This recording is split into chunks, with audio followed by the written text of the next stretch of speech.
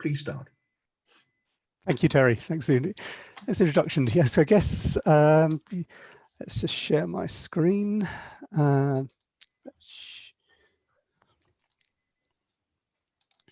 Okay, and get my slides up. So hopefully you can all see that now, my slides. Yes. So what we're talking today, I guess I could talk lots of actually about follow on from the stuff that Arthur was talking about, because I very much actively use machine learning almost like as a collaborator in my artwork and things like that. But I'm afraid that's not what I'm actually going to be talking about today. No, actually, okay. I've got to talk in a couple of weeks' time with a public talk with UC Davis, which I will go into a lot of those things. What I'm going to be talking about today is almost like sharing some experiments, some tests I've been doing with some of the latest GPU technology, as basically just almost experimenting, can this almost like give me different ways of actually exhibiting and presenting my artwork, where particularly what I'm interested in is things that almost allow you to, even if you know something is just purely virtual, potentially really perceive it and almost interact with it as if it was a sculpture, almost like a physical sculpture in front of you. So bit of sort of background. So I think some of you already know my work. So basically, my sort of big interest is almost like working with the sorts of rules that life uses, in particular, almost like rules of things like simulating things growing and exploring that sort of space of complex possibilities, and trying to create almost like rich, organic, sort of structured, complex sort of forms. So these are some examples of some of the forms I'm creating by basically almost like emulating rules of cellular growth. Forms which are typically built of many, many millions, like these forms here are typically 10 to 50 million cells. But hopefully with these sort of most like extraordinary and intricate, and surprisingly sort of reminiscent of things you sort of see in nature. And what I'm to be doing is then turning these into artifacts. And one thing I'm interested in is there's no one way of presenting these. Every different way of presenting them as an artifact brings different things. We perceive them differently. So doing things with almost like 2D prints, doing things with 3D prints, with actual physical sculptures, doing things with videos, doing things with stereoscopic installations, doing things with multiple screens almost showing the same data but different views into it. And these sort of I'm sort of using almost like all these different things, and I'm always interested in the combination. It's almost the all these things bringing different views, different ways of perceiving, different, and also very interested in the different ways that people react. Working, almost like, if you present things in a gallery context, people react very differently to a still image compared with a moving image, a stereoscopic thing. That none of them's the correct, none of the right. It's almost what I'm interested in is that you perceive and relate with all these things differently. So this then brings me to sort of a bit more the sort of technical side behind what I'm doing. So one thing for many years I've had almost like the cores in the code base that I use for creating this work. It's all sort of computational. Is ability ray tracing on the GPUs. This is almost like a rendering technique where you're simulating sending rays from the camera, finding out what they hit, maybe then making that ray then bounce off, and calculate shadows, calculate reflections, calculate things like that. So I've actually got my own custom code in my code base that's actually using the graphics processors for doing ray tracing.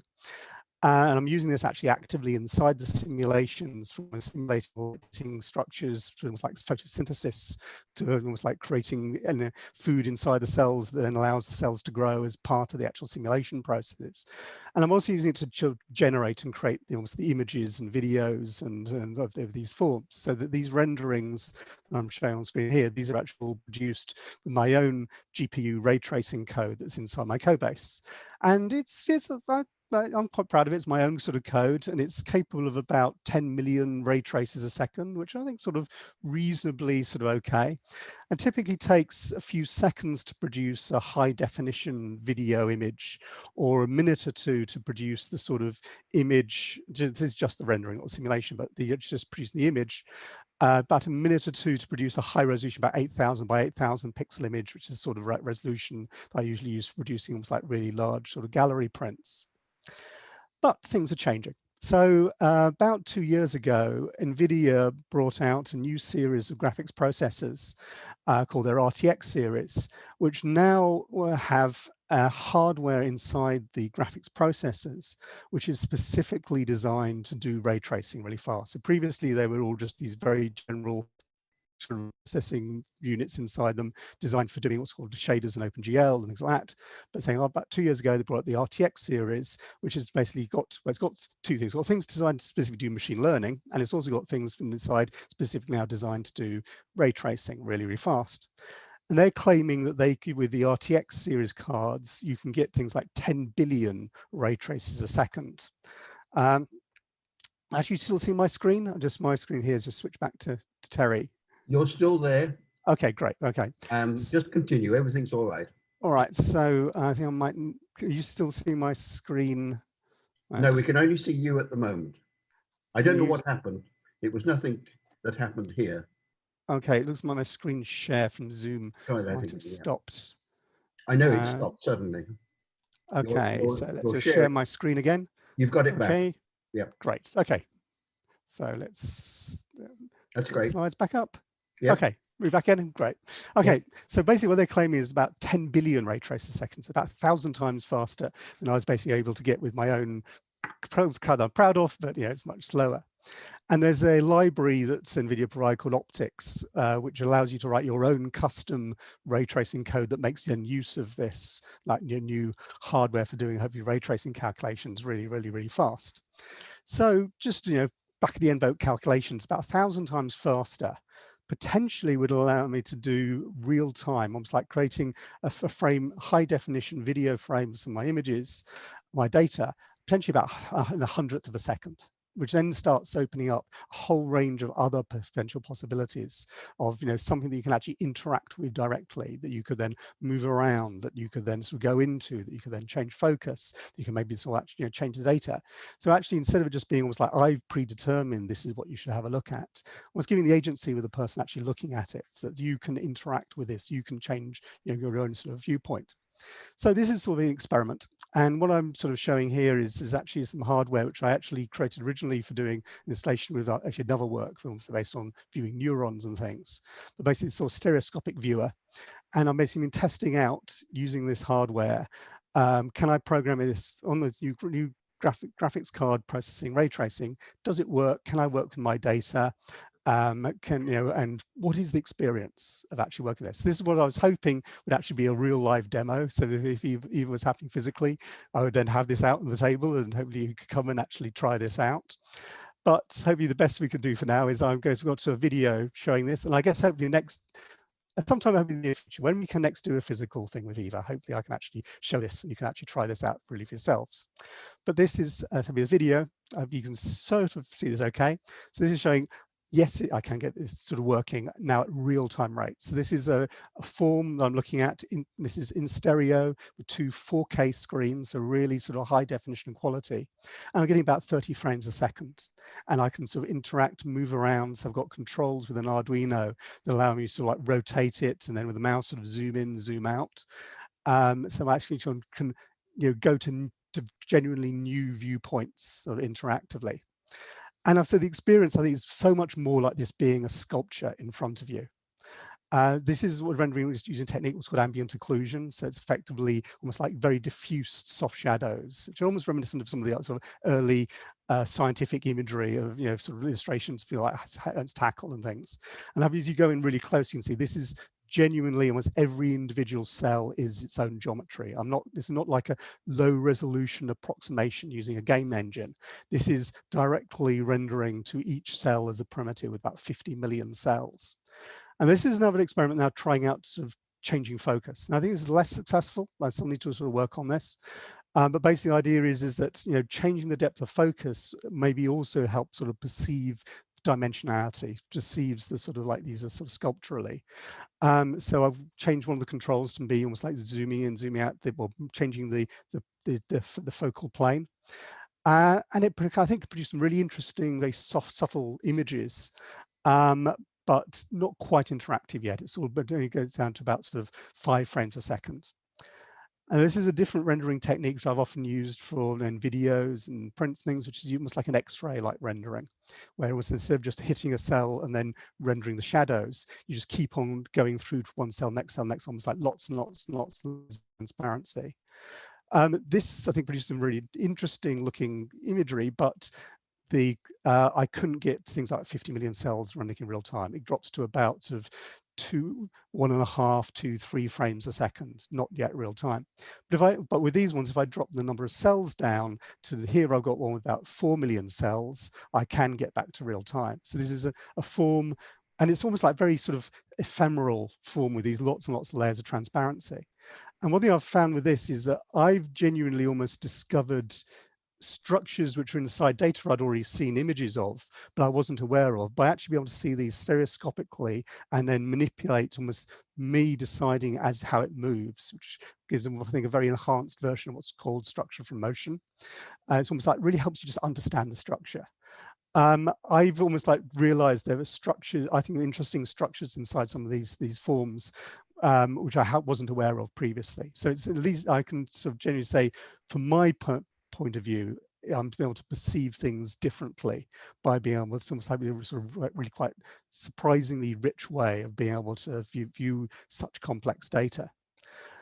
I think that then followed by also then showing almost like trying this focus. So this is changing focus as well as view with, again, with these sort of X-ray forms. Again, this probably gets down to not quite interactive enough. I think I was getting about 6-7 frames a second with this. But this was actually just running on one graphics processor. And actually, it's a graphics processor for about 2 years old. And actually, about a month ago, NVIDIA released a new series of graphics processors, which are about twice as fast for rendering ray tracing. And I could have multiple graphics processors. So I probably could get about 4 times this frame rate with a slightly crazy machine, but already almost like very, very high-end gamer style computer. Potentially I could probably get an image like this working at about 30 frames a second, at with this focus. And then this is showing just like a couple of other sort of pieces of data. So this is one of my more vase-like structures. But again, I can interact with this in real time, moving around.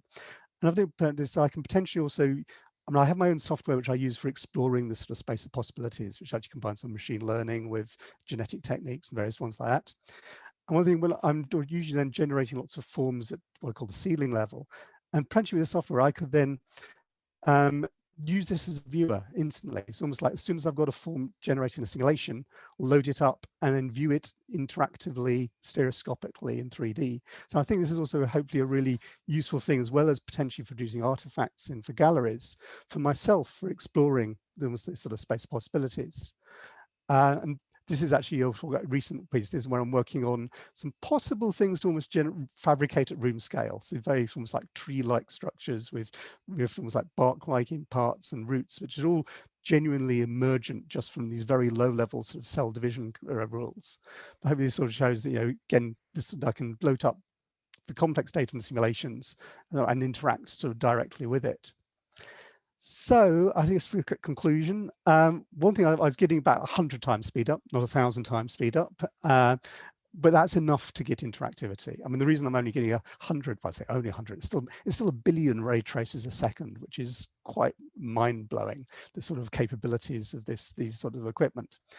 But technically, the reason I'm not getting the full specification that NVIDIA claim is because I'm ray tracing to my own custom primitives, these spherical cells. Whereas now I've found out that you can only get the 10 billion ray traces a second if you're ray tracing to triangles, more like traditional game data, rather than my own custom sort of primitives.